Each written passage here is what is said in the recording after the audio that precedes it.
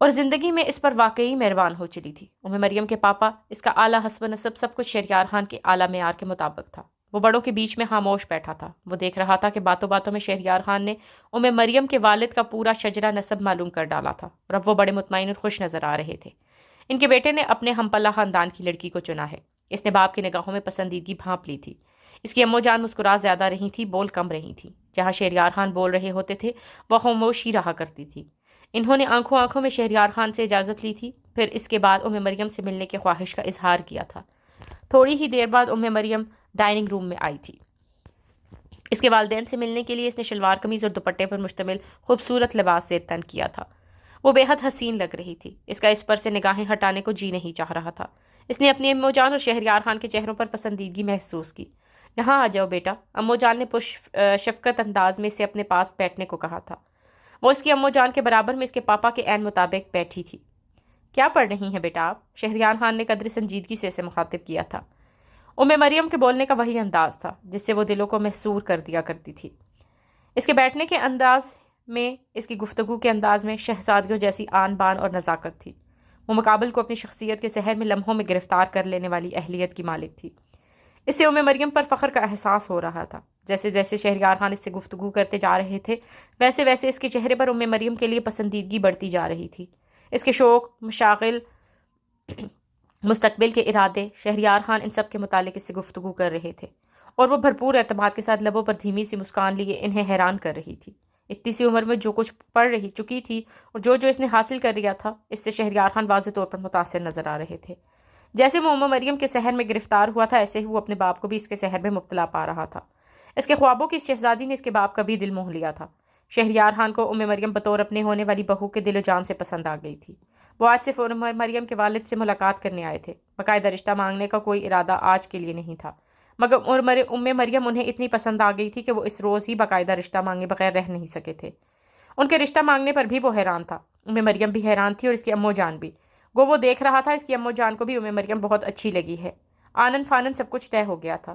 کیا کسی کو اس کی محبت اتنی آسانی سے بھی مل سکتی ہے؟ اسے یقین نہیں آ رہا تھا۔ دونوں طرف کی فیملیز نے اس کی اور مریم کے رشتے کو قبول کر لیا تھا۔ شہریار خان کی خواہش تھی کہ ان دونوں کی باقاعدہ منگنی کر دی جائے۔ زندگی سے اس کے سارے گلے شکوے لمحہ بھر میں دور ہو گئے تھے۔ مارے خوشی کے اس کے پاؤں زمین پر نہیں ٹک رہے تھے۔ ایک روز بعد ویکینڈ تھا اور وہی دن منگنی کے لیے طے کر لیا گیا تھا۔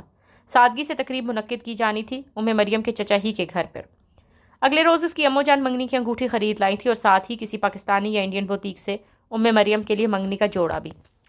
وہ اور شہریار خان اس کے اپارٹمنٹ ہی میں ٹھہرے ہوئے تھے۔ منگنی کے بعد اسی رات ان دونوں کی واشنگٹن روانی تھی اور اسی سے اگلی صبح مریم کے پاپا کی امریکہ سے واپسی تھی۔ اس نے سکندر کو اپنی منگنی کی اطلاع دینی ضروری نہ سمجھی تھی، مگر شہریار خان اور اس کی امو جان نے اسے فون کر دیا تھا۔ ان دونوں نے اس سے منگنی پر آنے کے لیے کہا تھا۔ وہ وہیں بیٹھا خوشی خوشی امو جان کو مریم کے لیے لایا منگنی کا جوڑا اور انگوٹھی دیکھ رہا تھا۔ شہریار خان کو سکندر کو فون ملاتا دیکھ کر اس کے منہ کا مزہ خراب ہو گیا تھا۔ اسے اپنی زندگی کی اس سب سے بڑی خوشی کے موقع پر سکندر کی بالکل بھی ضرورت نہیں تھی، بلکہ وہ اپنی خوشی میں اس کی موجودگی اور اس کی شمولیت ہی نہیں چاہتا تھا۔ اوہ، تمہارا پیپر ہے؟ ہاں، میں بالکل بھول گیا تھا، کل تو تمہارا پیپر ہوگا۔ اس نے شہریار خان کو فون پر بولتے سنا۔ سکندر کے ایگزامز چل رہے تھے، اس کا آنا مشکل تھا۔ اس نے طمانینت محسوس کی تھی۔ ڈیٹ آگے بڑھا لے، مشکل لگ رہا ہے سکندر۔ اچھا، میں پوچھتا ہوں۔ شہریار خان نے فون پر گفتگو ختم کی تو امو جان نے ان سے پوچھا تھا، کیا کہہ رہا ہے سکندر؟ کہہ رہا ہے منگنی 2-3 دن آگے بڑھا لے، کل تو اس کا پیپر ہے اور پرسوں بھی کوئی پریزنٹیشن وغیرہ ہے۔ سکندر کے بغیر تو بالکل مزہ نہیں آئے گا، امو جان سنجیدگی سے بولی تھی۔ وہ جلدی میں سر نفی میں ہلا کر بولا تھا، لیکن مریم کے پاپا کی پرسوں صبح کی فلائٹ ہے، مریم مجھے بتا رہی تھی۔ اس کی دادی کافی بیمار ہے اور اس کے پاپا کو فوراً ان کے پاس جانا ہے۔ مریم نے اس سے ایسا کچھ نہیں کہا تھا۔ اس کی دادی بے شک بیمار تھی، مگر ایسا کچھ نہیں ہو گیا تھا کہ پرسوں صبح اگر اس کے پاپا روانہ نہ ہوتے تو کوئی قیامت آ جاتی۔ اگر وہ مریم سے کہتا تو اس کے پاپا کے لیے ایسا کوئی مسئلہ نہ تھا، وہ 3-4 دن بعد کی اپنی سیٹ بک کروا لیتے، مگر وہ جب ایسا چاہتا ہی نہیں تھا تو کہتا کیوں؟ امو جان چاہتی تھی کہ اس کے گھر کی پہلی خوشی میں اس کے سارے گھر والے موجود ہوں۔ 2 ہی تو بھائی ہیں، ایک بھائی کی خوشی ہو تو دوسرا بھائی موجود نہ ہو، ایسا کس طرح ہو سکتا تھا؟ شہریار خان تو ظاہر ہے اپنی ولی عہد کی موجودگی صرف اسی تقریب میں نہیں بلکہ ہر جگہ اور ہر محفل میں چاہتے تھے۔ اس کے ماں باپ سکندر کی کمی محسوس کر رہے تھے، مگر اسے اپنے بھائی کی کمی قطعاً محسوس نہیں ہو رہی تھی۔ وہ اس کے نہ آنے پر زیادہ خوش تھا، اگر سکندر آ جاتا تو اس خوشی مزہ سی ہو جاتی۔ سکندر نے اسے کچھ ہی دیر بعد فون کیا تھا۔ وہ خوش بھی ہو رہا تھا، اسے مبارکباد بھی دے رہا تھا۔ اور اس سے یہ اصرار کر رہا تھا کہ وہ منگنی کی تقریب تو 3 روز آگے بڑھا لے تاکہ وہ بھی اس میں شریک ہو سکے۔ وہ صاف لفظوں میں اس سے یہ نہ کہہ سکتا تھا کہ اپنی زندگی کی اس سب سے بڑی خوشی میں سے اس کی موجودگی قطعاً درکار نہیں ہے۔ اس نے غیر جذباتی اور سپاٹ سے لہجے میں مریم کے والد کے امریکہ میں مزید نہ رک سکنے کی ہی کا جواز پیش کر دیا تھا۔ پھر بھی یاز، کوشش تو کرو، کیا پتہ وہ اپنی سیٹ آگے کروا لے، آخر کو ان کے ہونے والے داماد کے اکلوتے بھائی کی منگنی میں شرکت کا سوال ہے۔ کیا پتہ وہ زین شہریار کے بھائی کی اہمیت کو دیکھتے ہوئے اپنی سیٹ آگے کروا ہی لیں۔ وہ شوخ و شریر لہجے میں بولا تھا، بہت مشکل ہے سکندر، انہیں فوراً واپس جانا ہے، منگنی کا دن آگے نہیں کیا جا سکتا۔ وہ مروت اور خشک سے لہجے میں بولا تھا۔ اچھا، اس کے سپاٹ اور دو توک انداز نے سکندر کو مایوس کیا تھا۔ اسے اس کی آہستہ آواز میں بولے اچھا سے اندازہ ہو گیا تھا۔ چلو ٹھیک ہے زین، میں موجود نہیں بھی تو ہوا تب بھی میری دعائیں تو تمہارے ساتھ ہی ہیں۔ میری ہونے والی بھابھی کو میرا سلام کہنا اور یہ بھی کہنا کہ مجھے ان سے ملنے کا بہت شوق ہے اور بہت جلد ہی ان سے ملوں گا بھی۔ سکندر پرجوش سا ہو کر یوں بول رہا تھا جیسے اس کی منگنی پر بہت خوش ہو۔ اسے سکندر کی خوشی مصنوعی اور بناوٹی لگ رہی تھی۔ زندگی میں ہمیشہ ہر چیز اس نے پہلے حاصل کی تھی اور زین نے بعد میں، یہاں وہ پیچھے رہ گیا تھا۔ وہ اس سے پیچھے رہ جانے پر خوش کیوں کر ہو سکتا تھا؟ ابھی تک اس کی زندگی میں کوئی لڑکی نہیں آئی تھی۔ وہ اس کے بھائی کی منگنی ہو جا رہی تھی، وہ بھی اتنی حسین اور بے مثال لڑکی کے ساتھ۔ ایسا ہو نہیں سکتا تھا کہ سکندر دل سے اس کے لیے خوش ہوتا۔ اس کی منگنی کا دن اور اس کے اور مریم دونوں کے لیے بے حد یادگار دن تھا۔ مریم اس کی امو جان کا لایا جوڑا پہنے مشرقی انداز کی دلہن کا روپ اپنائے بے پناہ حسین لگ رہی تھی۔ وہ خود کو زمین پر نہیں کہیں آسمانوں پر محسوس کر رہا تھا۔ اس نے مریم کو اپنے ہاتھوں سے منگنی کی انگوٹھی پہنائی تھی۔ اس کے پاپا اور امو جان نے اسے ڈائمنڈ کا بیش قیمت سیٹ تحفے میں دیا تھا۔ اس کے اپنے باپ سے سارے شکوے ختم ہو گئے تھے۔ اس کے بعد اسے زندگی میں بھی کوئی شکایت باقی نہ رہی تھی۔ اس کے پاپا اور امو جان پروگرام کے مطابق منگنی کے بعد اسی رات واشنگٹن واپس روانہ ہو گئے تھے اور اگلی صبح مریم کے پاپا بھی واپس چلے گئے تھے۔ وہی زندگی تھی، وہی کیمپس کی بھاگ دوڑ، وہی پڑھائی کی مصروفیت، مگر پھر بھی اب سب کچھ بدلا بدلا لگتا تھا۔ وہ اور مریم پہلے سے بھی زیادہ وقت ساتھ گزارا کرتے تھے۔ اب ان کے رشتے کو ایک نام مل چکا تھا، بزرگوں کی رضامندی مل چکی تھی۔ اب کہیں کوئی خوف، کوئی اندیشے نہ تھے۔ کرسمس کی چھٹیاں آنے والی تھیں۔ چھٹیوں کے لیے کچھ خاص پلان نہیں تھا اس نے۔ اس روز امو جان اس کے پاس فون آیا تھا۔ تمہارے پاپا کا پیغام ہے تمہارے اور مریم کے لیے۔ سلام دعا کے بعد انہوں نے کھنکتے لہجے میں ان سے کہا تھا۔ کیا امو جان؟ اس نے محسوس کیا تھا کہ مریم جیسی بے مثال اور شاندار لڑکی کا انتخاب کرنے کے بعد وہ باپ کی نگاہوں میں تھوڑی اہمیت اختیار کر گیا ہے۔ ساری زندگی سے نظر انداز کرتے رہنے کے بعد انہیں اب کہیں جا کر یہ یقین آیا ہے کہ وہ انہی کا بیٹا ہے، انہی کی طرح اعلیٰ معیار رکھنے والا، انہی کی طرح بہتر نہیں بلکہ بہترین کا انتخاب کرنے والا۔ انہوں نے مجھ سے کہا ہے میں کرسمس کی چھٹیوں میں مریم کو گھر انوائٹ کروں تاکہ وہ یہاں آ کر ہمارے رہن سہن اور طور طریقوں کے بارے میں تھوڑا بہت جان سکے۔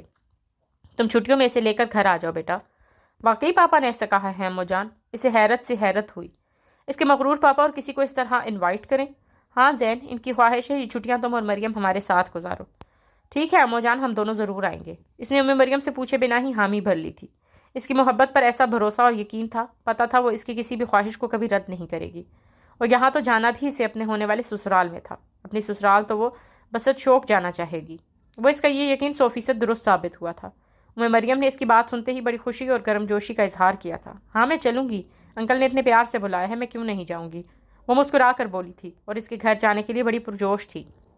جیسے ہی چھٹیاں شروع ہوئیں اس نے اسی روز مریم کے ساتھ لے کر واشنگٹن کے لیے رخت سفر باندھا۔ وہ مریم کو اپنے گھر لے جا رہا ہے، وہ بے حد خوش تھا۔ مریم بھی اپنے سسرال جانے پر بہت خوش تھی۔ اس کے ساس سسر نے اسے دل و جان سے انوائٹ کیا تھا، وہ خوش کیوں نہ ہوتی؟ مگر بے تحاشا خوش ہوتے ہوئے وہ یہ نہیں جانتا تھا اس بار اپنے گھر جانے پر اس کی زندگی میں کیا قیامت آ جانے والی ہے۔ اس کی زندگی میں خوشیوں کی عمر بے حد مختصر تھی۔ وہ واشنگٹن اپنے گھر خوشیاں منانے نہیں جا رہا تھا، وہ اپنی خوشیوں کو ختم ہوتا، بکھرتا اور فنا ہو جاتا دیکھنے کے لیے جا رہا تھا۔ لیزا کی نینی نے ان دونوں کا کھانا انہیں کمرے میں ہی لے دیا تھا۔ اور کچھ تو نہیں چاہیے بیٹا؟ انہوں نے لیزا سے پوچھا تھا جو اس کے بیڈ کے پاس کرسی رکھ کر بیٹھی تھی۔ کھانے کی ٹرے بیڈ پر رکھی تھی۔ نہیں نینی، بس اب آپ آرام کیجئے، کھانے کے بعد اگر ہمارا کافی کا موڈ بنا تو وہ میں خود بنا لوں گی۔ لیزا ان سے مسکرا کر بولی تھی۔ نینی کمرے سے چلی گئی تھی۔ لیزا اس کے لیے پلیٹ میں کھانا ڈال رہی تھی۔ نینی نے پاکستانی کھانے بنائے ہیں تمہارے لیے، وہ اس کے لیے پلیٹ میں یخنی پلاؤ ڈالتے ہوئے بولی تھی۔ وہ جواباً بالکل چپ رہا تھا۔ اس کی سوچوں پر ابھی بھی ایک وحشت سی طاری تھی۔ اسے کچھ بھی اچھا نہیں لگ رہا تھا۔ لیزا کا اپنی پرواہ کرنا، خیال رکھنے والا انداز بھی اس وقت اسے اچھا نہیں لگ رہا تھا۔ بس اور مت ڈالو، سنجیدگی سے بولتے ہوئے اس نے اپنے پلیٹ میں مزید کوئی بھی چیز ڈالنے سے روک دیا تھا۔ وہ خاموشی سے پلاؤ کھانے لگا تھا۔ کسی بھی طرح کا ذائقہ اور خوشبو محسوس کیے بغیر اس نے 3-4 منٹ میں اپنی پلیٹ ختم کر دی تھی۔ وہ خالی پلیٹ واپس ٹرے میں رکھ رہا تھا جب لیزا نے اسے ابھی ختم کھانا شروع ہی کیا تھا۔ کیا ہوا؟ بس میں کھا چکا، اور یہ جو اتنی ساری پاکستانی ڈشز نینی نے بنائی ہیں یہ کون کھائے گا؟ وہ کچھ خفگی اور کچھ اصرار سے بولی تھی۔ تھوڑا سا تو لو۔ اس نے بغور لیزا کی طرف دیکھا۔ تم اپنے سب جاننے والوں کو بہت پرواہ کرتی ہو، ان کا بہت خیال رکھتی ہو، ان کے ساتھ بڑی نیکیاں کرتی ہو۔ یہ تم پہلے ہی مجھ پر ثابت کر چکی ہو لیزا، مزید کچھ ثابت کرنے کی ضرورت نہیں ہے۔ وہ پوری طرح چڑ کر بولا تھا۔ لیزا کے ساتھ کبھی تلخ نہیں ہوگا، کبھی کوئی دل دکھانے والی بات نہیں کرے گا۔ وہ لمحہ بھر میں خود سے کیے کئی عہد و پیمان بھول گیا تھا۔ وہ ہر ایک کے ساتھ نیکیاں کرتی ہے تو کرے، مگر اس پر بلا وجہ کیوں اپنے احسان رکھ رہی ہے؟ تم کیا کہنا چاہتے ہو سکندر؟ تم روبرٹو کی بیوی کا اس کی غیر موجودگی میں دھیان رکھتی ہو، اپنے بچپن کی آیا کو عزت اور احترام سے اپنے گھر کے بزرگ کا درجہ دے کر رکھتی ہو۔ بہت اچھی بات ہے لیزا کہ تم ہر ایک کے لیے محبت اور خلوص دل میں رکھتی ہو۔ تمہارے دل میں سب کے لیے ہمدردی ہے، ترس ہے، مگر مجھے تمہاری ہمدردی اور تمہارے ترس کی ضرورت نہیں ہے۔ اپنے ساتھ کی جانے والی تمہاری نیکیاں مجھے احسان لگ رہی ہیں۔ مجھے تمہاری نیکیوں اور اچھائیوں کی کوئی ضرورت نہیں ہے لیزا۔ اس بار وہ چڑ کر تو نہیں بولا تھا، مگر سرد اور سپاٹ بے مروت سے انداز میں ضرور بولا تھا۔ لیزا چند لمحے بغور اسے دیکھتی رہی تھی۔ تم اور کچھ نہیں لینا چاہتے؟ سویٹ ڈش بھی نہیں؟ ایک پل کے بعد اس نے سنجیدگی سے پوچھی تھی تو یہ بات پوچھی تھی۔ وہ اپنی دل دکھانے والی بات کے جواب میں اس کا کوئی سخت رد عمل دیکھنا چاہتا تھا۔ اسے اتنے سکون سے بات بدلتے دیکھ کر اس کا موڈ شدید خراب ہوا تھا۔ میں اب سونا چاہتا ہوں۔ لیزا نے کھانے کے چند ہی لقمے لیے تھے۔ اس نے اپنا کھانا اسی طرح ادھورا چھوڑ کر کھانے کی ٹرے ہاتھوں میں اٹھا لی تھی۔ ٹھیک ہے تم سو جاؤ، کسی چیز کی ضرورت ہو تو مجھے کال یا میسج کر کے بلا لینا، میں جاگی ہوئی ہوں۔ وہ سنجیدگی سے بولتی کمرے کی لائٹ آف کرتی ہوئی باہر چلی گئی تھی۔ وہ چپ چاپ اپنی جگہ بیٹھا رہ گیا تھا۔ لیزا کے ساتھ اس انداز میں اتنی بدتمیزی سے بات کرنے کے بعد وہ مزید بے سکون ہوا تھا۔ اس کی زندگی میں جہاں کہیں پر بھی کچھ تھا، جو کچھ ہو چکا تھا، اس میں لیزا کا کیا قصور تھا جب وہ اس کے ساتھ اس لہجے میں بات کر گیا تھا؟ وہ اس کا احسان نہیں لینا چاہتا تھا تو ٹھیک ہے، نہ لے، مگر اس کے لیے بدتمیزی اور بے رخی کی تو کوئی ضرورت نہیں۔ وہ چپ چاپ گمسم سا بیڈ پر اس طرح بیٹھا تھا، اس نے لیٹنے کی کوشش نہیں کی تھی۔ اسے خود پر بہت غصہ آ رہا تھا۔ لیزا جاتے ہوئے کمرے کا دروازہ بند کر گئی تھی۔ وہ اس کمرے کے در و دیوار کو دیکھ رہا تھا۔ ڈریسنگ ٹیبل پر لیزا کا میک اپ کا سامان، ہیئر برش، پرفیومز وغیرہ رکھے تھے۔ خوبصورت وارڈروب میں یقیناً اس کے کپڑے ٹنگے ہوئے ہوں گے۔ وہ اسی کے گھر میں، اسی کے کمرے میں بیٹھا تھا۔ اسے اپنی بدتمیزی پر کچھ اور بھی شرمندگی محسوس ہوئی تھی۔ وہ کل صبح ہی یہاں سے چلا جائے گا۔ کمرے کا دروازہ بجا تھا۔ قدرے حیران سا ہوتے ہوئے اس نے جی آ جائیں بولا تھا۔ اس کا خیال تھا یہ لیزا کی نینی ہوگی۔ اس کی بدتمیزی کے بعد اتنی جلدی لیزا کے دوبارہ آنے کا تو سوال ہی پیدا نہیں ہوا تھا، مگر اس کا خیال غلط ثابت ہوا تھا۔ وہ لیزا تھی۔ اس کا چہرہ بے حد سنجیدہ تھا۔ اس پر وہ مخصوص مسکراہٹ نہیں تھی۔ وہ ہمہ وقت اس کے لبوں کا احاطہ کیے رکھتی تھی، سنجیدگی کے ساتھ، ناراضی سے بغیر، مسکراہٹ کے ساتھ ہی صحیح، پر وہ آئی تو تھی اس کے پاس ابھی، جبکہ وہ 3 گھنٹے قبل ہی اس کے ساتھ خاصی بد تہذیبی اور بد اخلاقی کا مظاہرہ کر چکا تھا۔ تم نے دوا لے لی؟ اس کے قریب آ کے اس نے سنجیدگی سے پوچھا تھا۔ دوا کی طرف اس کا دھیان نہیں گیا تھا۔ اس نے گمسم سے انداز میں سرنفی مہلا دیا تھا۔ وہ اس سے ناراض ہے، اس کے چہرے سے ظاہر تھا، مگر ناراضی میں بھی وہ اس کی فکر کرنا نہیں بھولی تھی۔ لیزا نے سوئچ بورڈ کی طرف جا کر کمرے کی لائٹ جلائی تھی۔ جب دوسروں کے احسان لینے کا شوق نہیں تو خود تو اپنا خیال رکھنا چاہیے نا۔ ناراضی سے بولتے ہوئے اس نے گلاس میں پانی ڈالا تھا۔ اب وہ ٹیبلٹ اور کیپسول نکال رہی تھی۔ لیزا نے دوا اس کے ہاتھ پر دھری۔ اس نے بغیر کچھ کہے دوا پانی سے نکل لی۔ تم نے مرہم لگایا؟ وہ بغور اس کے بازو کے زخم دیکھ رہی تھی۔ آج ہسپتال سے ڈسچارج ہونے سے قبل ڈاکٹر نے اس کے بازو پر بینڈیج اتار دی تھی۔ اسے زخم پر لگانے کے لیے مرہم دیا تھا۔ اس کے ایک اور بازو پر کوہنی سے لے کر کلائی تک ذرا زیادہ گہرا زخم تھا، جبکہ دوسرے پر معمولی نوعیت کی چوٹ تھی۔ اس نے پھر سر نفی میں ہلایا۔ لیزا بیڈ کے ساتھ رکھی اس کرسی پر فوراً بیٹھ گئی تھی، جس پر بیٹھ کر کچھ دیر قبل وہ اس کے ساتھ کھانا کھا رہی تھی۔ اس نے بغیر کچھ کہے مرہم کی ٹیوب ہاتھ میں اٹھائی تھی۔ وہ اس کا بازو ہاتھ میں لے کر اس کے زخم پر بہت آہستگی اور نرمی سے مرہم لگا رہی تھی۔ وہ خاموش تھی۔ اس کے چہرے پر سنجیدگی اور ناراضی تھی۔ وہ بغور اسے دیکھ رہا تھا۔ تم ابھی تک جاگی ہوئی تھی؟ لیزا نے صرف سر ہاں میں ہلایا تھا۔ کچھ پینٹ کر رہی تھی؟ اس نے پھر سر ہاں میں ہلا دیا تھا۔ کیا؟ ایک لینڈسکیپ۔ وہ اس کے سوالوں کے مختصر ترین اور ٹو دی پوائنٹ جواب دے رہی تھی۔ وہ ایک بازو پر مرہم لگا چکی تھی تو اس نے خود ہی اپنا دوسرا بازو بھی اس کے آگے کر دیا تھا۔ تمہارا یہاں کوئی باقاعدہ اسٹوڈیو ہے؟ میں نے سنا ہے آرٹسٹ لوگ اپنے گھروں میں اپنا ایک پراپر قسم کا اسٹوڈیو ضرور رکھتے ہیں۔ اس کے طویل سوال کے جواب میں لیزا نے محض سر ہاں میں ہلایا تھا۔ وہ مسکرا کر دوستانہ انداز میں سوالات کر رہا تھا۔ وہ سنجیدگی سے سر ہاں پر میں ہلا کر یا پھر ایک لفظی جملہ بول کر اسے جواب دے رہی تھی۔ کہاں ہے تمہارا اسٹوڈیو؟ اوپر۔ مجھے دکھاؤ گی؟ دیکھ لینا۔ کب؟ جب تمہارا دل چاہے۔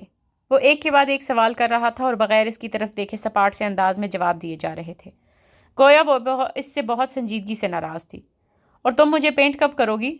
اس لڑکی کے چہرے پر اس کی زندگی سے بھرپور مسکراہٹ دیکھنے کے لیے ایسی شدید خواہش ابھری تھی اس کے دل میں کہ بے اختیار وہ پوچھ بیٹھا تھا۔ اس کا اندازہ 100% درست تھا۔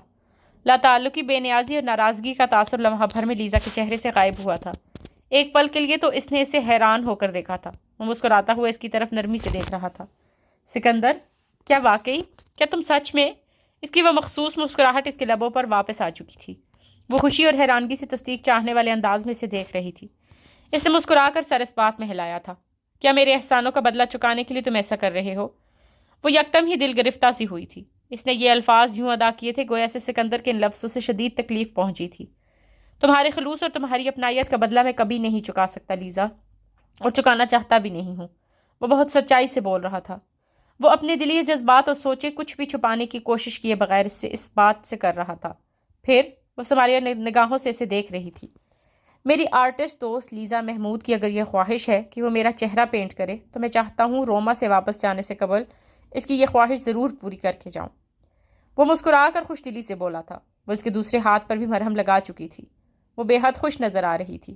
او مائی گاڈ، مجھے بالکل بھی یقین نہیں آ رہا سکندر، تم جیسا سڑیل مجھے اپنا چہرہ پینٹ کرنے کی اجازت دے رہا ہے۔ میرے خدایا، کہیں یہ خواب تو نہیں؟ لیزا محمود، میرے بارے میں اپنے یہ غیر پارلیمانی الفاظ آپ واپس لیجئے۔ وہ اس کی سی ٹون میں شگفتگی سے بولا۔ سڑیل کو سڑیل ہی کہوں گی نا؟ سڑیل، بدتمیز، بد اخلاق، بے مروت سکندر شہریار صاحب نے مجھے اپنی پینٹنگ بنانے کی اجازت دے دی ہے۔ خدایا، اگر یہ خواب ہے تو میں اس سے کبھی نہ جاگوں۔ وہ اپنے لیے اتنے شاندار القاب سن کر کہکا لگا کر ہنس پڑا تھا۔ لیزا بھی ہنسی تھی۔ اس کی ہنسی دیکھ کر اسے سکون کا احساس ہوا تھا۔ کچھ دیر پہلے جب وہ ناراض تھی، ہنس نہیں رہی تھی، تب بالکل اچھا نہیں لگ رہا تھا۔ رات کافی ہو رہی تھی۔ وہ اسے سونے کا کہتی ہوئی وہاں سے اٹھ کر جانے لگی تھی۔ اس نے لائٹ دوبارہ آف کر دی تھی۔ میں جاگی ہوئی ہوں سکندر، اسٹوڈیو میں کام کر رہی ہوں، کسی بھی چیز کی ضرورت ہو مجھے بلا لینا۔ وہ وہاں سے جانے کے لیے پلٹی تھی، مگر پلٹتے پلٹتے جیسے اسے کچھ یاد آیا تھا۔ تم مجھے اپنے دوست سمجھتے ہو سکندر، میں اپنے دوست سکندر شہریار کا خیال رکھ رہی ہوں، اس کی پرواہ کر رہی ہوں، خلوص اور اپنائیت کے ساتھ۔ پھر سے احسان اور نیکی کے لفظ میرے لیے مت بولنا سکندر، دل کو بہت تکلیف ہوتی ہے۔ وہ بہت سنجیدگی اور آہستی سی بولی تھی۔ وہ جواباً چپ رہا تھا۔ لیزا کمرے سے چلی گئی تھی۔ صبح ہو گئی تھی۔ اسے دوا لے کر بھی رات بھر نیند نہیں آئی تھی۔ وہ ساری رات جاگتا رہا تھا۔ اسے رات بھر پیر میں کافی تکلیف بھی رہی تھی۔ وہ درد کو نظر انداز کرتا رہا تھا، ساری رات جاگ کر صبح ہونے کا انتظار کیا تھا۔ اسے اسپتال میں اسی سکون آور دوا کے ساتھ رات میں اور پھر دوپہر میں بھی اتنی گہری نیند کس طرح آ گئی تھی؟ کل نیند آئی تھی تو آج بھی آنی چاہیے تھی۔ وہ بیساکھی کے سہارے اٹھ کر باتھ روم گیا تھا۔ بیساکھی کے سہارے کھڑے ہونے اور منہ ہاتھ دھونے میں قدرے وقت کا سامنا تھا، مگر اپنی چوٹوں، تکلیفوں اور زخموں کو اس نے پہلے پرواہ کب کی تھی جو اب کرتا۔ وہ منہ ہاتھ دھو کر باہر نکلا تو لیزا کمرے میں کھڑی تھی۔ گڈ مارننگ، وہ اسے دیکھ کر مسکرائی تھی۔ آئی ایم سوری، میں بغیر اجازت اندر آ گئی۔ دراصل میں کافی دیر سے دروازہ ناک کر رہی تھی، تم نے کوئی جواب نہیں دیا تو مجھے فکر ہوئی۔ تم سوئی نہیں؟ وہ بیساکھی کے سہارے واپس بیڈ کی طرف جانے لگا۔ لیزا جلدی سے اسے سہارا دینے کے لیے آگے بڑھی تھی۔ وہ کل کے مقابلے میں تیز تیز قدم اٹھا کر بیڈ تک اس کی مدد کے بغیر ہی پہنچ گیا تھا۔ لیزا نے اسے بیڈ پر بیٹھنے میں مدد دی تھی۔ اسے مدد کی ضرورت نہیں تھی، مگر وہ منع کر کے اس کا دل نہیں توڑنا چاہتا تھا۔ وہ بیڈ پر ٹانگیں سیدھی پھیلا کر بیٹھ گیا تھا۔ تھوڑی دیر سو گئی تھی۔ میرا سونا جاگنا تو بس ایسا ہی ہوتا ہے۔ بعض دفعہ ناشتہ کر کے پھر سے سو جاتی ہوں، کبھی کبھی دن میں بھی لیٹ جاتی ہوں۔ وہ مسکرا کر بولی تھی۔ نینی سے میں بول کر آئی ہوں، وہ ناشتہ بنا رہی ہیں۔ میں کرسی پر بیٹھ گئی تھی۔ اس نے لوز سی ٹی شرٹ جینز کے ساتھ پہن رکھی تھی، بالوں کو کیچر میں لپیٹا ہوا تھا۔ وہ دھلے ہوئے منہ کے ساتھ بھی اتنی ہی پیاری لگ رہی تھی جتنی میک اپ کے ساتھ لگا کرتی تھی۔ رات بھر میں تمہارا ارادہ بدلا تو نہیں نا؟ وہ کسی حوالے سے یہ سوال پوچھ رہی تھی۔ وہ جانتا تھا۔ نہیں، وہ جواباً مسکرایا تھا۔ تم سے پینٹنگ بنوائے بغیر میں روما سے واپس نہیں جاؤں گا۔ بس یہ جو ایکسیڈنٹ کی وجہ سے تھوڑا میرا آفس کے کاموں کا حرج ہوا ہے، مجھے وہ کام نپٹا لینے دو، پھر ایک دن پورا تمہارے نام ہوگا۔ تم تسلی سے اپنی پینٹنگ بنانا۔ وہ زندگی کے چند مختصر سے دن یہاں گزار کر واپس چلا جائے گا۔ ایک بار یہاں سے گیا تو زندگی میں اس لڑکی سے دوبارہ کبھی نہیں ملے گا، وہ ملنا چاہے گا بھی نہیں۔ پھر کیا فرق پڑتا ہے اگر وہ زندگی کے یہ چند دن اس لڑکی کے خلوص اور دوستی کا جواب خلوص اور دوستی ہی سے دے۔ کچھ دنوں کے لیے ملی اس پیاری لڑکی کا ساتھ پردیس میں اسے زندہ رہنے ہونے کا احساس دلا رہا ہے۔ وہ ان دنوں ہنس بھی رہا ہے، باتیں بھی کر رہا ہے، کسی پل خود کو زندہ بھی محسوس کرنے لگتا ہے، وہ بھی بغیر کسی احساس جرم کے۔ اس نے لیزا کے حسین چہرے کی طرف بغور دیکھا تھا۔ یہ لڑکی اس کے بارے میں کچھ نہیں جانتی، اسی لیے نہ تو یہ اسے ملامتی نگاہوں سے دیکھتی ہے، نہ دل میں یہ سوچتی ہے کہ سکندر شہریار بڑا ڈھیٹ اور بغیرت آدمی ہے۔ اسے کوئی حق نہیں زندگی کے ایک بھی لمحے کو انجوائے کرنے کا، مسکرانے کا، خوش ہونے کا۔ یہ زندگی سے بھرپور لڑکی اس کے بارے میں کچھ بھی نہیں جانتی، اور اسے اس کے اپنے بارے میں کچھ بھی نہ جاننا بڑا اچھا لگ رہا تھا۔ پردیسیوں سے ملنے کا یہی تو فائدہ ہے، آپ ان سے جو آپ نہیں ہیں وہ بن کر مل سکتے ہیں۔ جو کچھ آپ اپنے بارے میں چھپا لینا چاہتے ہیں بآسانی چھپا لیتے ہیں۔ اس نے سوچ لیا تھا وہ لیزا ہی کے مشورے پر عمل کرتا روما میں اپنی باقی دنوں کو رومن ہالیڈیز کی طرح یاد رکھے بغیر گزارے گا۔ وہ سکندر شہریار زندگی کو زندہ لوگوں کی طرح جینے کا کوئی حق نہیں رکھتا کہ وہ تو کب کا مر چکا ہے، سنسار کیا جا چکا ہے، تختہ دار پر چڑھایا جا چکا ہے۔ ناشتے کے بعد وہ بیڈ پر ہی اپنا لیپ ٹاپ لے کر بیٹھ گیا تھا۔ وہ درد اور تکلیف کو خاطر میں لائے بغیر آفس کا کام کر رہا تھا۔ لیزا نے کہا تھا انہیں شام 4 بجے اسپتال جانا ہے، وہاں ڈاکٹر سے تفصیلی معائنہ اور پیر کی بینڈیج وغیرہ کی تبدیلی میں نہ جانے کتنا وقت لگنا تھا۔ اسی لیے وہ چاہتا تھا آج آفس ٹائم ختم ہونے سے قبل وہ جو زیادہ اہم اور فوری کیے جانے والے کام ہیں وہ نپٹا کر ڈاکومنٹیشن ای میل کر دے۔ لیزا ناشتے کے بعد سے دوا اور اس کا لیپ ٹاپ دے کر کمرے سے چلی گئی تھی۔ جیسے وقتاً فوقتاً باہر سے لیزا اور اس کی نینی کے چلنے پھرنے اور باتیں کرنے کی آوازیں آ رہی تھیں۔ لیزا لنچ میں کیا بناؤں؟ اس نے نینی کی آواز سنی۔ جواب میں لیزا کی آواز آئی تھی، میں سکندر سے پوچھ لیتی ہوں نینی۔ فوراً ہی کمرے کا دروازہ ہلکے سے تھپتھپا کر لیزا اندر آئی تھی۔ جو ڈش تمہیں پسند ہے وہی بنا لو، میں بھی وہی کھاؤں گا، وہ اس کے کچھ پوچھنے سے پہلے ہی بولا تھا۔ وہ جواباً مسکرائی تھی۔ کان بڑے تیز ہیں تمہارے۔ وہ اندر آ کر اس کے پاس کرسی پر بیٹھ گئی تھی۔ کچھ خاص ڈش کھانے کا دل چاہ رہا ہے تو بتا دو، نینی کھانے بہت مزے کے بناتی ہیں، چاہے وہ پاکستانی ہو، چاہے اٹالین، چاہے چائنیز۔ ابھی وہ جواباً کچھ بولا بھی نہیں تھا، اس کے موبائل پر کال آنے لگی۔ موبائل اٹھانے کے لیے اسے اپنی جگہ سے تھوڑا ہلنا پڑتا۔ لیزا نے فوراً ہی اسے موبائل اٹھا کر دے دیا۔ موبائل پر چمکتے نام کو دیکھ کر اس نے لیزا کی طرف دیکھا تھا۔ وہ یہ کال لیزا کے سامنے ریسیو نہیں کرنا چاہتا تھا۔ یہ ڈاکٹر آمنہ شہریار خان کی کال تھی، اس کی امو جان۔ ماں سے بات کرتے ہوئے جس طرح کے جذبات اس کے چہرے پر آ جانے تھے وہ انہیں لیزا کے سامنے عیاں کرنے کا تصور تک نہیں کر سکتا تھا، مگر لیزا جیسے اس کے بغیر کہے ہی یہ بات سمجھ گئی تھی۔ وہ اس کال کو ریسیو کرنے کے لیے تنہائی چاہتا ہے، سو فوراً ہی کرسی پر سے اٹھ گئی۔ تم کال ریسیو کرو، میں نینی کو کھانے کا کہا ہوں۔ لیزا کمرے سے چلی گئی تھی۔ اس نے فوراً ہی کال ریسیو کی تھی۔ السلام علیکم امو جان۔ اس کا لہجہ سنجیدہ تھا مگر اس سنجیدگی میں بھی اس کے بہت سے جذبات شامل تھے۔ وعلیکم السلام، کیسے ہو سکندر؟ ہمیشہ کی طرح ان کا لہجہ نرم اور مہربان تھا۔ وہ بیٹے کی جدائی سے ہلکان ہیں، وہ تاثر لیا غم میں ڈوبا انداز تھا ان کا۔ ان کے چہرے پر دکھ اور کرب ابھر آیا تھا۔ میں ٹھیک ہوں امو جان۔ اپنے ایکسیڈنٹ کے متعلق انہیں کچھ بھی بتائے بغیر اس نے آہستگی سے اپنے خیریت سے متعلق اطمینان دلایا تھا۔ ابھی روم ہی میں ہو؟ جی امو جان، وہ سنجیدگی سے بولا تھا۔ آفس کے کاموں کے ساتھ ساتھ کچھ گھوم پھر بھی رہے ہو کہ نہیں؟ ہر طرف تمہاری فیورٹ ہسٹری بکھری ہوگی روم میں، وہ شگفتگی سے بولی تھی۔ وہ جواباً اداسی سے مسکرایا تھا۔ وہ انہیں یہ نہیں کہہ سکتا تھا کہ ہسٹری، آرٹ، لٹریچر اب کوئی چیز اسے مسحور نہیں کرتی۔ جس سکندر کو وہ جانتی تھی وہ اب وہ سکندر نہیں ہے۔ جی کافی گھوم پھر رہا ہوں، وہ لہجے کو خوشگوار بنانے کی کوشش کرتا ہوا بولا تھا۔ پتہ ہے سکندر، شادی کے 2 ماہ بعد میں اور تمہارے پاپا اٹلی، اسپین اور فرانس گھومنے گئے تھے۔ ہم روم میں تھے جب مجھے یہ خوشخبری ملی تھی کہ میں ماں بننے والی ہوں، تم میری زندگی میں آنے والے ہو۔ کیا اس کا اپنے ماں باپ کی زندگی میں آنا خوشخبری تھا؟ اس کے دل میں ایک ہوک سی اٹھی تھی۔ شاید اسی لیے روما مجھے اتنا فیسینیٹ کرتا ہے امو جان۔ اپنے دل میں بکھرتے درد کو نظر انداز کر کے وہ مسکرا کر بولا تھا۔ آمنہ دھیمے سروں میں ہنسی تھی۔ اسے بہت سی چیزوں اور بہت سی باتوں کے لیے قصوروار ماننے کے باوجود ان کی مامتا نے ان سے محبت کرنا کبھی نہیں چھوڑا تھا۔ اس کے دل کے زخم جیسے پھر سے تازہ ہو رہے تھے۔ وہ اپنے وجود کو شعلوں کی لپیٹ میں پا رہا تھا۔ یوں لگ رہا تھا جیسے وہ کانٹوں پر گھسیٹا جا رہا ہے۔ چھٹیاں ملی تو گھر آؤ نا بیٹا۔ ایک دکھ بھری مسکراہٹ اس کے لبوں پر ابھری، جیسے خود پر بھی نہیں بلکہ اپنی ماں کی بے بسی پر اسے ترس آیا ہو۔ جی امو جان، موقع ملا تو آؤں گا۔ وہ سچ بول کر ماں کا دل دکھانا نہیں چاہتا تھا۔ یہ وہ بھی جانتی تھی کہ وہ وہاں کبھی نہیں آئے گا، اور وہ وعدہ کرنے والا بھی جانتا ہے کہ اس نے وہاں کبھی نہیں جانا۔ پھر لفظوں سے یہ بات کہی جانی، دل دکھایا جانا ضروری تو نہیں؟ جواب میں آمنہ بالکل چپ ہو گئی تھی۔ وہ کچھ بھی نہیں بولی تھی۔ وہ ان کا بیٹا تھا، ان کے وجود کا حصہ، کیسے نہ جان پاتا یہ بات کہ وہ اس وقت رو رہی تھی۔ ماں کی آنکھوں سے بے آواز آنسو گر رہے تھے۔ وہ خود کو درد اور تکلیف کے انتہاؤں پر محسوس کرتا بالکل خاموش تھا۔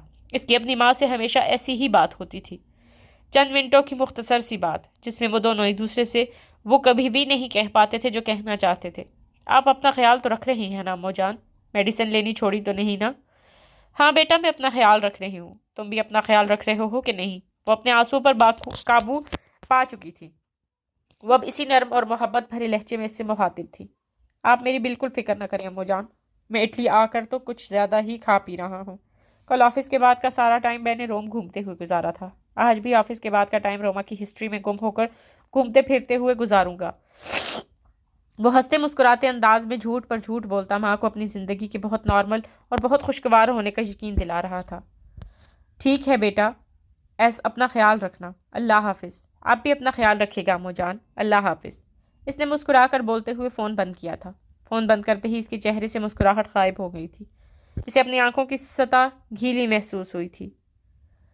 اس نے اپنی آنکھوں کو چھوا تو آنکھوں سے گرتا آنسو اس کے ہاتھ پر آ کر ٹھہر گیا۔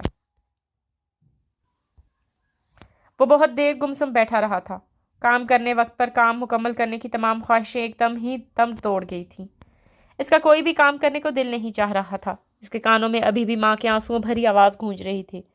اس نے لیپ ٹاپ بند کر کے رکھ دیا تھا۔ وہ ایک ٹکے سامنے دیوار کو دیکھے جا رہا تھا۔ اسے اس طرح بیٹھے کتنی دیر ہو گئی تھی وہ نہیں جانتا تھا۔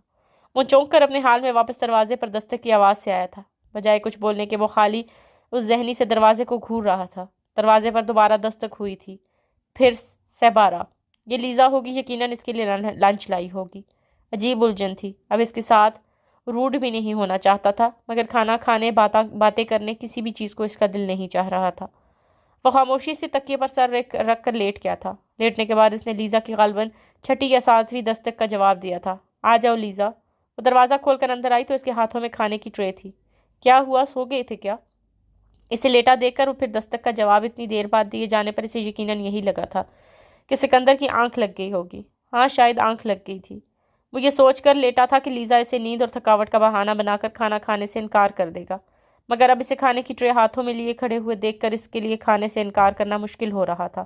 وہ اس کی ملازمہ نہیں تھی۔ دوستی اور خلوص میں وہ پہلے ہی اس کے ساتھ اتنا زیادہ کر چکی تھی کہ اسے اچھی خاصی شرمندگی ہونے لگتی تھی۔ لگ رہا ہے تمہارا ابھی کھانا کھانے کا دل نہیں چاہ رہا۔ وہ کھانا کھانے کے لیے اٹھ کر بیٹھنے لگا تھا جب لیزا سنجیدگی سے اس کی طرف دیکھ کر بولی۔ اس کے کس انداز سے اسے یہ پتہ چلا تھا وہ سمجھ نہیں سکا تھا۔ اتنا تو خود کو جانتا تھا کہ اسے پڑھنا، اس کی سوچ کو جان لینا، اس کے دل میں کیا ہے پتہ چلا لینا کوئی ایسا سہل کام نہیں ہے۔ تمہیں کیسے پتہ چلا؟ وہ اٹھ کر بیٹھ گیا۔ بس پتہ چل گیا۔ وہ مسکراتے ہوئی ٹرے بیڈ پر رکھنے لگی۔ دل نہیں چاہ رہا، پھر بھی تھوڑا سا کھا لو، تمہیں میڈیسن لینی ہے، وہ نرم لہجہ میں کہتے ہوئے بیڈ کے پاس رکھی کرسی پر بیٹھ گئی تھی۔ وہ کچھ بھی کہے بغیر کھانا کھانے لگا۔ اب تم تھوڑی دیر ریسٹ کر لو، پھر ہمیں اسپتال جانا ہے، کافی تکلیف سے گزرنا ہوگا تمہیں وہاں، تمہارے پیر کی بینڈیج چینج ہوگی۔ اس نے تھوڑا سا کھایا تھا۔ بس کھا چکے؟ ہاں۔ وہ اب لیزا کے اصرار سے ڈر رہا تھا، مگر حیرت کی بات یہ ہوئی کہ وہ بغیر اصرار کیے وہاں سے اٹھ گئی تھی۔ چلے؟ دروازہ کھٹکھٹانے کے بعد ہلکا سا کھول کر لیزا نے باہر سے کھڑے کھڑے ہی اس سے پوچھا تھا۔ کھانے کے بعد وہ ایک مرتبہ پھر آفس کا کام کرنے لگا تھا۔ ذہن میں سوچیں اور دل میں تکلیف بہت تھی، مگر یہ سب کب نہیں ہوتا تھا۔ کام تو بہرحال کرنا ہی تھا نا۔ کچھ کام مکمل کر کے وہ آفس ای میل کر چکا تھا، کچھ ابھی نہ مکمل تھا۔ چلو، لیپ ٹاپ بند کر کے وہ بیڈ سے اٹھنے لگا۔ اسے تکلیف ابھی بھی تھی، مگر نہ وہ تکلیف کو سوچ رہا تھا نہ اسے اہمیت دے رہا تھا۔ لیزا اسے مدد دیے اس کے نزدیک آئی تھی، مگر وہ اس کی مدد کے بغیر ہی اٹھ گیا تھا۔ وہ بیساکھی کے سہارے چلتا کمرے سے باہر آ گیا۔ فلیٹ میں اس وقت مکمل خاموشی تھی۔ نینی سو رہی ہیں۔ لنچ کے بعد روزانہ کچھ دیر نینی سوتی ہیں، لیزا ہنس کر بولی تھی۔ وہ اسے لے کر کچن میں آ گئی تھی، پتہ نہیں کیوں۔ آؤ، اس سے کہہ کر وہ کچن میں داخل ہوئی۔ نہ سمجھی کے عالم میں وہ بھی اندر آ گیا۔ بیٹھو۔ وہ کچن ٹیبل کے آگے رکھی کرسی اس کے لیے کھینچ کر باہر نکال رہی تھی۔ وہاں میز پر ایک پلیٹ میں سلیقے سے کئی طرح کے پھل کٹے ہوئے تھے۔